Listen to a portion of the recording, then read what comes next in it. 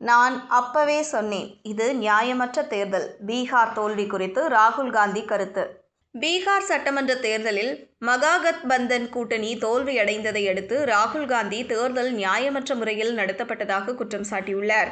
இந்த தேர்தல் முடிவுகள் ஆச்சரியமளிப்பதாகவும் அவர் கூறியுள்ளார்.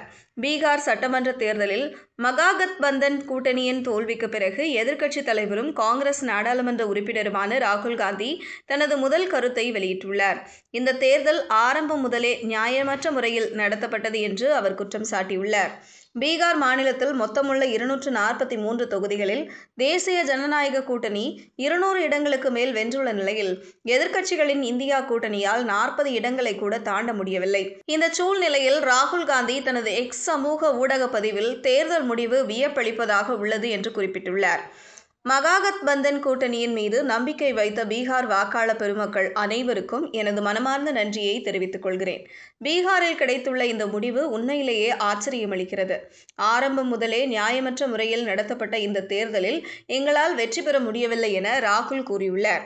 இந்த போர் அரசியலமைப்பையும் ஜனநாயகத்தையும் பாதுகாப்பதற்கானது. காங்கிரஸ் கட்சியும் இந்தியா கூட்டணியும் இந்த முடிவை ஆழமாக மதிப்பாய்வு செய்து ஜனநாயகத்தை காப்பாற்றும் தங்களது முயற்சிகளை மேலும் வலுப்படுத்துவோம் என்று ராகுல் காந்தி தெரிவித்துள்ளார்.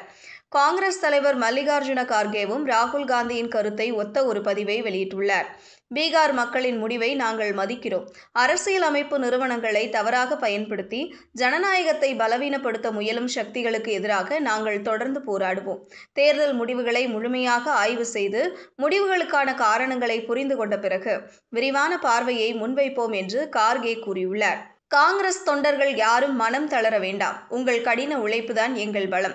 மக்களுடன் சேர்ந்து அரசியல் அமைப்பையும் ஜனநாயகத்தையும் காக்கும் போராட்டத்தை தொடர்வோம் என்றும் அவர் நம்பிக்கை தெரிவித்துள்ளார். இந்த தேர்தலில் காங்கிரஸ் கட்சி படுதோல்வியை சந்தித்துள்ளது. இம்முறை காங்கிரஸ் போட்டியிட்ட 61 தொகுதிகளில் வெறும் 6இல் மட்டுமே வெற்றி பெற்றது. 2020 போட்டியிட்ட 70 தொகுதிகளில் 19இல் வெற்றி பெற்றிருந்தது.